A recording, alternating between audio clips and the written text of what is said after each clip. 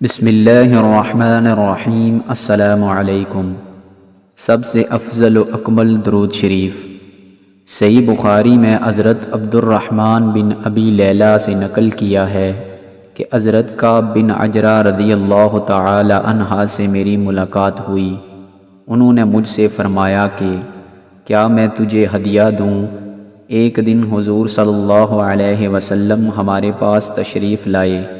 ہم نے عرض کیا یا رسول اللہ صلی اللہ علیہ وسلم، یہ تو ہمیں معلوم ہو گیا ہے کہ آپ پر کن الفاظ میں سلام بھیجا کریں، یعنی السلام علیک ایھا النبی ورحمۃ اللہ وبرکاتہ، جو تشہد میں وارد ہوا ہے، لیکن آپ صلی اللہ علیہ وسلم پر درود کس طرح بھیجا کریں؟